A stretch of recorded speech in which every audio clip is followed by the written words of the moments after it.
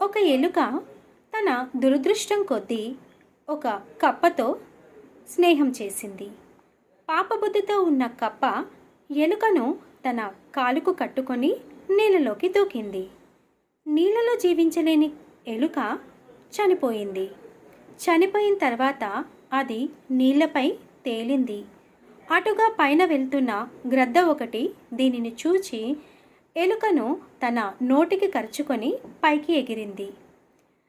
ఎలుక కప్ప కాలికి కట్టి ఉండడంతో కప్ప కూడా ఎలుకతో పాటు వెళ్ళిపోయింది. చక్కగా ఆ గ్రద్ద ఆ రెండింటిని భుజించి తన ఆకలి తీర్చుకుంది. ఈ కథలో నీతి ఏంటి? ఎవరికైనా అన్యాయం చేయాలని చూస్తే తిరిగి మనకు కూడా ఏదో ఒక ముప్పు వాటిల్లే అవకాశం ఉంది. అలాగే ఇక్కడ ఎలుకకి అన్యాయం చేస్తే కప్ప తన ప్రాణాలని కూడా పణంగా పెట్టాల్సి వచ్చింది.